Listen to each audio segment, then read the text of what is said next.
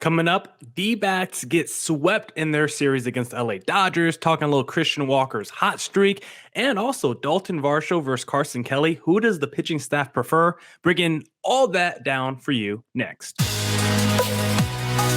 You are Locked On Diamondbacks, your daily Arizona Diamondbacks podcast, part of the Locked On Podcast Network, your team every day.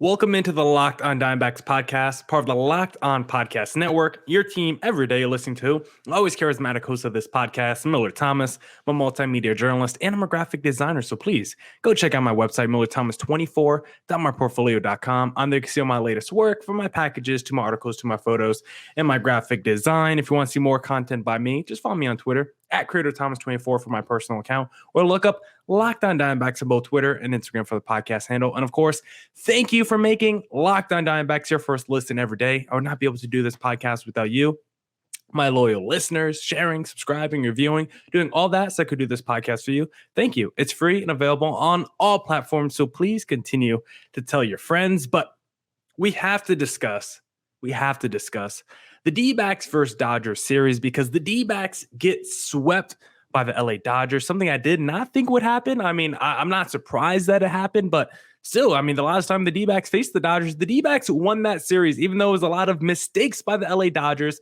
I thought the D-backs could at least get one game in a 4-game series, but no, the D-backs now fall to 3 games below 500. They got swept by the LA Dodgers, and now the stage is set for the Arizona Diamondbacks. Are they a pretender or a playoff contender? I'm not saying World Series contender. I'm just saying playoff contender, wild card spot, maybe make a wild card run at least.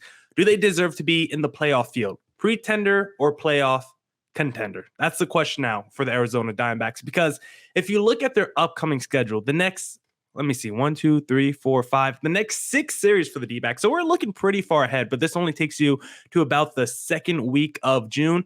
The next 6 series for the D-backs, you play the Cubs starting tomorrow, which would be today at the time of you guys listening.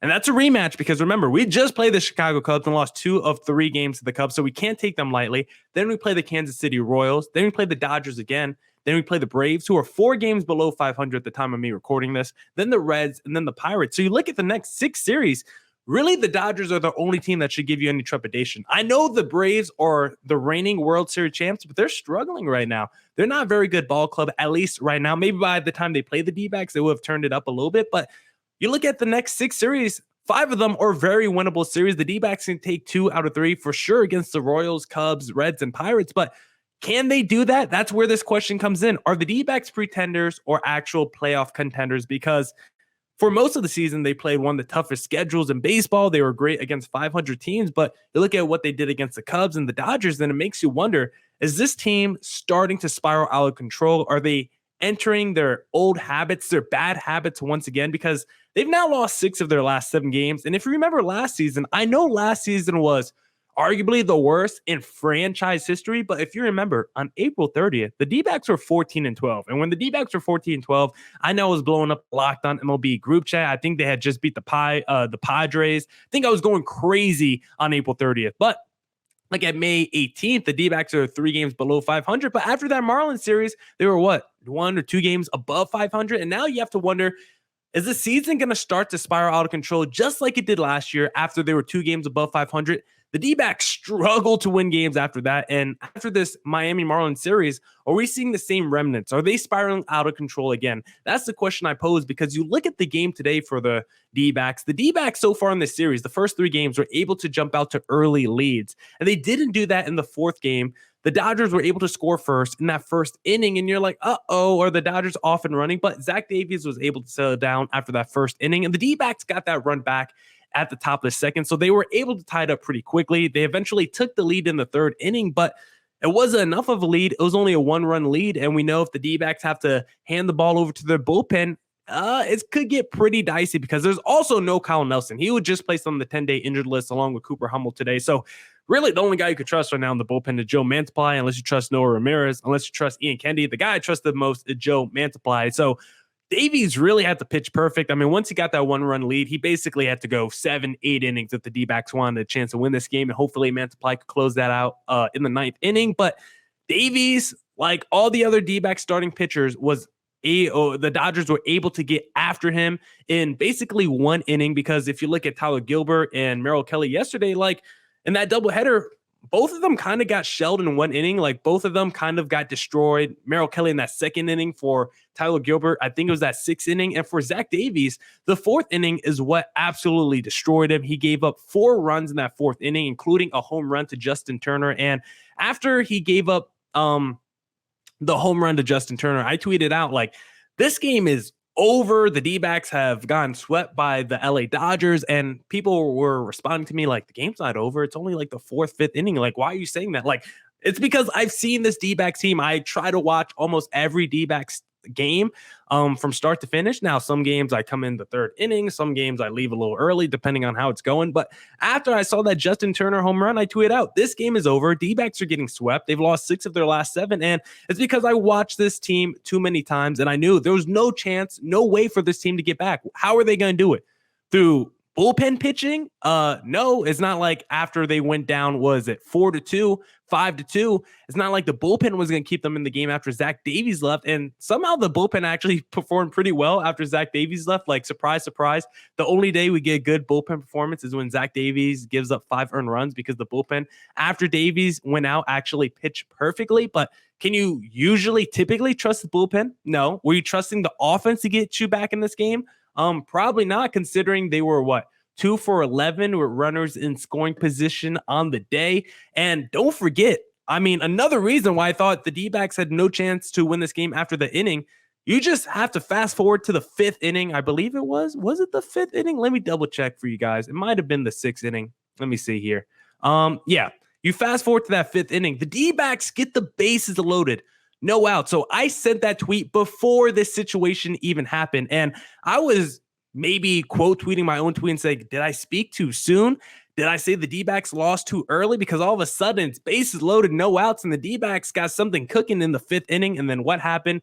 3 straight outs. D-backs end up getting no runs in that 5th inning. And I quote tweeted my own tweet and said, yep, there it is. I thought I was going to have to redact my earlier statement, but I did not have to, because the D-backs came through and validated my earlier statement. Even though it was only the 4th inning, they validated my statement of the D-backs were not going to win that game after that Justin Turner home run. And you could just see it through the offense, through the pitching. It just bled out through the entire team. They just kind of, I don't want to say they held their heads down low, because I don't think that's true. I do think the offense did battle, especially Alek Thomas. And later in the game, I mean, they did have other opportunities. They were able to get a run in the 7th inning. They had 2 on, 1 out. They still had other opportunities to win this game, but that was kind of the story of this whole series. Like, they've had opportunities in these games, but the offense wasn't able to get the big hits, or when they did get the big hits, it was either too little, too late, or the lead was just too large for the Dodgers, where it didn't matter if the D-backs got 4 or 5 runs. The Dodgers had 6 to 8 runs in the game, so it didn't matter. So you look at this game, you look at the series, offense basically didn't do much outside the first game. The starting pitching has to be the biggest disappointment, because that's our strength as D-backs fans and supporters right now, is the starting pitching. We all say our starting rotation ERA, top 3 in baseball. It's the best thing we have going for us. But this starting pitching is starting to falter. If it's starting to come back to earth, I'm afraid that's gonna be the linchpin, or the straw that breaks the camel's back on the D-back season, as to why the season could spiral out of control. Because if you don't have the second best starting rotation in baseball, like, the offense just hasn't done enough. And we're going to talk about one of the players who has been phenomenal for the D-backs offense this season, but most of the offense hasn't been that good. The bullpen, we know, hasn't been that good. And if the starting pitching all of a sudden starts to falter and we can't trust that, what phase of the D-backs game can you trust? Can you trust anything? Maybe base running, because they got a lot of athletes. Maybe left side of your infield defense, because Nick Ahmed and Geraldo Perdomo and Josh Rojas are pretty good defensively. But outside of that, there's not many things you could trust. You could trust individual players, Ketel Marte, Kyle Nelson, Joe Mantiply, but overall, there's not phases of the game you could trust when it comes to the D-backs. This series exposed a lot of issues for the D-backs. If that starting rotation is starting to falter, it makes me really question if this D-backs team is a pretender or a playoff contender. And I think over the next few series, the D-backs will answer that question.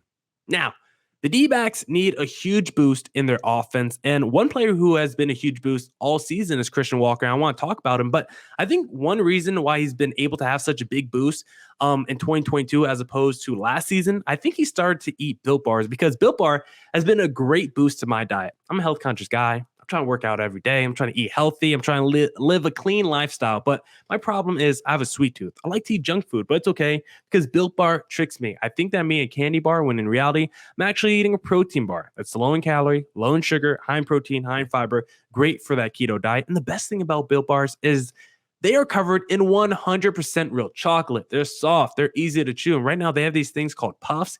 You could get you a brownie batter puff. They're infused with marshmallow and protein. Absolutely delicious. If you want your own order of Built Bars, just go to built.com. Use promo code LOCK15 and you'll get 15% off your next order. Promo code LOCK15 for 15% off at built.com. And thank you for making Locked On Diamondbacks your first listen every day. For your next listen, check out that Locked On Now podcast. I know there was a little pause there. Recaps of MLB games with analysis from our local experts, taking fans through the season like no other network. Free and available wherever you get your podcasts. All right. Let's get back into the podcast because I want to talk a little Christian Walker, because the D-backs offense hasn't been great this season. We know they're pretty much at bottom 3 in every offensive category as a team. It's starting to kick up a little bit in May because guys like Ketel Marte and guys like Christian Walker have been able to carry this offense through this month of May. And I want to talk about Christian Walker and just basically highlight some of the numbers and stats for Christian Walker, because this is someone who is a huge swing player for the D-backs. He's someone that had an oblique injury last year, spent a lot of time on the injured list, just had a down season across the board statistically. He just did not look like the same guy at the plate. On Baseball Reference, you would have not recognized that was Christian Walker, because entering the season, I'm like, hey, if you play fantasy football in the 12th round, go get you Christian Walker. He's going to be the biggest steal in fantasy. And right now, if you look at fantasy numbers and ranks, like Christian Walker's right there at the top of the list for first baseman. I think he's still on the waiver wire in 2 of my leagues. So I might have to go scoop up Christian Walker, because over the last 2 weeks, Christian Walker has been a man possessed. He's been one of the best players in the sport, I want to say, over the last 2 weeks, if that's a fair assessment, because over the last 15 days, entering today's game, or I guess yesterday's game against the Dodgers at the time of you guys listening, hit a 333 average and a 1048 OPS over his last 13 games. 333 average, 1048 OPS. And on the season, Christian Walker is just absolutely crushing it. Now, some of his traditional numbers like batting average and OPS still aren't quite as sexy just yet. But if you want to go to StatCast, because right now, Christian Walker is the top trending player on StatCast. If you want to check out StatCast, they absolutely love Christian Walker. Sometimes saying absolutely is really tough for me. They love Christian Walker. He's a darling on StatCast, because look at some of these percentiles and where Christian Walker ranks among the league.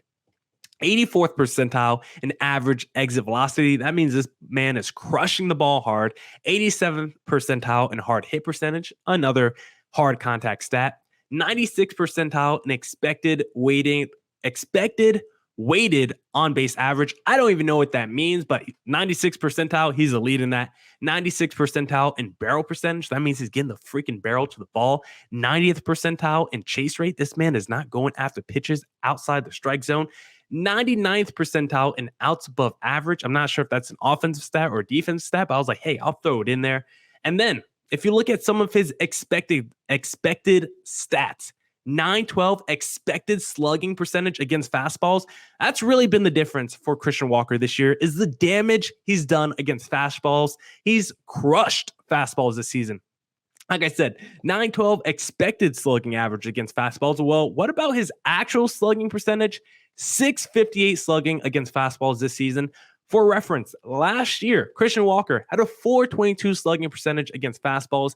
He had 6 home runs against fastballs in all of 2021. So far this season, he already has 8 home runs against the fastball. 6 all of last season. And he's seen, I think, more than double the amount of fastballs last season compared to the early part of this year. So that lets you know he's really locked in on the fastball. And it's not even just the expected and these percentile ranks and the expected slugging. There's more stats to justify Christian Walker is not just having a great season in terms of first baseman in the National League and Major League Baseball. Christian Walker might be having a career season. This might be the best season of Christian Walker yet, because best hard hit percentage and exit velocity since 2019, probably the greatest season of his career.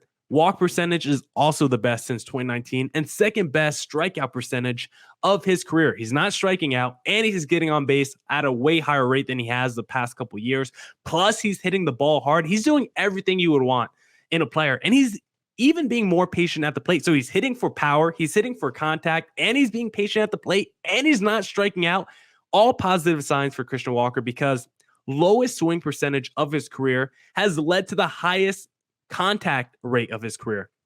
Let me say that again, because I don't know if I said that cleanly. I don't know if I fumbled the bag there. So lowest swing percentage of his career. So when pitchers are coming in, he's swinging at a lower rate than ever, but the contact percentage is higher than ever. So it's all working in unison. 6th best WAR among first basemen in Major League Baseball, according to Fangraphs. Now, the only downside of this fantastic season Christian Walker is having, especially the last 2 weeks, in those last 13 games, when he's having that 333 average and 1048 OPS, he only has 7 RBIs in those 13 games, despite 3 home runs, 3 doubles, the extra base hits. He only has 7 RBIs because the men in front of Christian Walker are not doing their job. And it's not just the Varshos or the Ketel Martes. It's not really any of those guys. It's as a unison, as a team. This team is just not cohesive enough.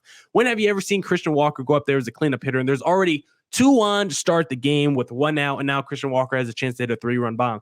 A lot of those Christian Walker home runs are usually solo shots. I think in the doubleheader yesterday, he had a 2-run bomb, but that's usually a lot for Christian Walker. If there's 1 guy on the bases, that's usually a lot for Christian Walker. As a cleanup guy, his job is to drive home the dudes on the bases, and a lot of times, there's not many people on the bases for Christian Walker to drive home, and I think that has been a big issue for this D-backs team. As we know, runners in scoring position has been a problem. They usually don't come through in that area. They also struggle getting runners in scoring position. They were able to do that a little bit today, and bases loaded, no outs, they did not come through, and that was not Christian Walker's fault. So for the D-backs, they need to give Christian Walker more RBI opportunities. The only man who's driving in right now is himself on those solo shots. So let's give Christian Walker some more RBI opportunities, because this man has been possessed so far this season, especially the last 2 weeks. He's been on fire, and right now, if I had to place a bet on Christian Walker leading the D-backs in home runs, I would have to go to BetOnline and place that bet, because I think that is a slam dunk bet. And BetOnline is not just a great place to place D-backs bets. It's just a great tool and resource overall, because our partners at BetOnline continue to be the number 1 source for all your betting stats and sports info. Find the latest odds, news, and sports developments, including this year's basketball playoffs, Major League Baseball scores, fights, and even next season's NFL futures. BetOnline is your continued source for your sports wagering information, from live betting to playoffs, esports, and more. Head to the website today or use your mobile device to learn more about the trends and actions. BetOnline, where the game starts. All right. Let's get back into the pod. Hopefully that was a clean segue from Christian Walker to that BetOnline ad. I felt like it wasn't as clean as I wanted it to be, but hey, what can you do? Because now I want to talk a little Dalton Varsho versus Carson Kelly. I don't really know how to frame this segment. Should it be, who does the pitching staff prefer more? Because there is a weird phenomenon where Dalton Varsho the pitching staff just does not perform as well with Dalton Varsho behind the plate as opposed to Carson Kelly. I think it's more about Carson Kelly and how good he has become as a defensive catcher and a framer of the baseball than Dalton Varsho's, lackness in that area. I don't know the correct way to say it.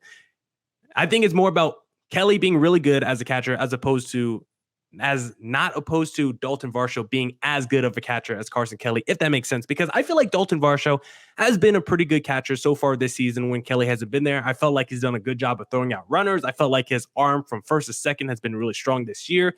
Yeah, the framing could be a little bit better, but I don't think he's letting balls get away from him. I think he's done a good job of keeping balls in front of him. So from a defensive standpoint, I don't think Dalton Varsho has been bad at all.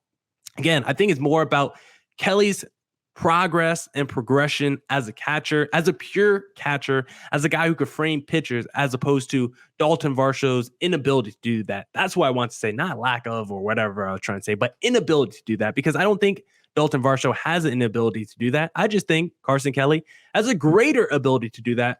And right now, if you look at the stats for Dalton Varsho versus Carson Kelly, Kelly's played like double the innings as opposed to Dalton Varsho at catcher. But the numbers so far for Dalton Varsho as a catcher, catching this pitching staff just hasn't been very pretty. Like, he's allowed 14 home runs behind the plate, which is tied for the most on the team, despite playing significantly less than every other catcher. He's tied with Jose Herrera for the most home runs allowed, but Jose Herrera has like 125 innings behind the plate. Dalton Varsho was like 75. Herrera might be at like 130 after today, but it's really shocking to see. Like, I don't understand why the pitchers are giving up so many more home runs with Dalton Varsho. I have a theory as to why, but let's keep going through some stats. Dalton Varsho, also 766 OPS allowed, is also the highest among catchers on the team. Kelly, only a 588 OPS allowed for Carson Kelly. Kelly is also in, this is where my theory comes in. Kelly's also in the 87th percentile for framing pitches, while Varsho is in the 28th percentile for framing pitchers. When it comes to throwing out guys or making sure the ball doesn't get by you, I'm not sure there's a big difference between these two. But when it comes to framing pitches, I think that's a big difference because Carson Kelly is making balls look like strikes, while Dalton Varsho just isn't doing that as much. And when you turn a lot of those balls into strikes, it leads to more strikeouts. It leads to more short innings. And Carson Kelly is a big factor into why this pitching staff has been so good this season. Catchers are still important in baseball. Until they bring in the robot umps, catchers are still very important people in baseball, and a lot of pitchers still prefer one catcher. I believe when Madison Bumgarner first got to the Dbacks, they signed Stephen Vogt because that was his catcher, I think, in San Fran for a little bit. And basically any day Madison Bumgarner started for the Dbacks, he had Stephen Vogt catching him. It wasn't Carson Kelly. He preferred Stephen Vogt. And so a lot of pitchers like to do that, where they have their preferred catcher that they want to throw to, maybe because they're more comfortable. They just know each other a lot better. They have a certain chemistry. And I think for Carson Kelly, he's just more locked in on this pitching staff. And it's not a surprise. He's probably played a lot more with this pitching staff and practiced a lot more catching this pitching staff than a Dalton Varsho. There's just a lot more time in with Carson Kelly because Dalton Varsho, majority of the time, is going to be playing center field for the D-backs. When Carson Kelly is healthy, Dalton Varsho will move back to center field. But with Carson Kelly still on the 10-day injured list, I think we have to ask the question, should Dalton Varsho go back to playing more center field and using Herrera more as the backup catcher, or really the main catcher with Carson Kelly out? Because Herrera's kind of in between both of them when it comes to stats. So that's an interesting question for this D-backs coaching staff. Should you play Herrera a little bit more just because he's better than Dalton Varsho defensively, even though it might be a step back offensively? And if I had to make that choice, I'm probably still sticking with Dalton Varsho behind the plate, because with Varsho behind the plate, it just allows me to add another dynamic offensive player to the lineup, typically an Alek Thomas in the outfield, or maybe you have Pavin Smith or something, or David Peralta or Cooper Hummel. There's so many more options you could throw into your lineup when you have Dalton Varsho behind the plate as opposed to Jose Herrera. Herrera just doesn't do enough at the plate for me to want to take Dalton Varsho out behind the plate, because it's not like, yes, Herrera has been better at catching this pitching staff than Dalton Varsho. I don't know if it's night and day difference. I feel like their offense between those two players is night and day. I don't feel like the catching is night and day. So because of that reason, I'm still probably riding with Varsho over Herrera. Even though Herrera might be the better pure catcher, I just think the offense of Varsho outweighs the catching ability of a Jose Herrera. But I do think this pitching staff desperately needs Carson Kelly back, because as much as I like Dalton Varsho, I want to see him back in center field full time. His defensive stats as a center fielder are fantastic. He's a really good defensive center fielder. And I think we also want to see a little Dalton Varsho and Alek Thomas. We want to see that combination more in the outfield, and it will push someone like Pavin Smith maybe out of the outfield a little bit more, because Alek Thomas is a lefty, and we'll see what happens. Maybe they put Dalton Varsho behind the plate when there's a righty on the mound once Carson Kelly comes back, so they can still get Alek Thomas, a lefty, in the outfield with the Pavin Smiths and the David Peraltas and all that. But eventually, I want to see Carson Kelly behind the plate no matter who's pitching that day. I want to see Carson Kelly behind the plate. I want to see Dalton Varsho in the outfield. I want to see Alek Thomas in the outfield as well, because I think that gives us our best chance to win. I don't care about the cross matchups or anything like that. At the end of the day, you have to put your best players on the field, and I think that will include Dalton Varsho and Alek Thomas in the outfield with Carson Kelly behind the plate. And we desperately need Carson Kelly back, because the pitching staff looks like the best pitching staff in baseball when Kelly's behind the plate, but with Dalton Varsho behind the plate, it gets a little bit more sketch. So Carson Kelly, we need you to come back. We love Dalton Varsho, but Kelly, as a catcher, we need you, pal. Now that's it for this edition of the Locked On Diamondbacks podcast. Come back tomorrow for more Diamondbacks news, coverage, and insight. We'll definitely talk a little bit about the Chicago Cubs. We'll talk about game 1, and we'll talk about things we're watching for the Dbacks heading into the weekend series. Thank you for making Locked On Diamondbacks your first listen every day. Go make your second listen of the day Locked On MLB with my pal and your pal, Sully Baseball. And as always, stay safe and stay healthy. Deuces!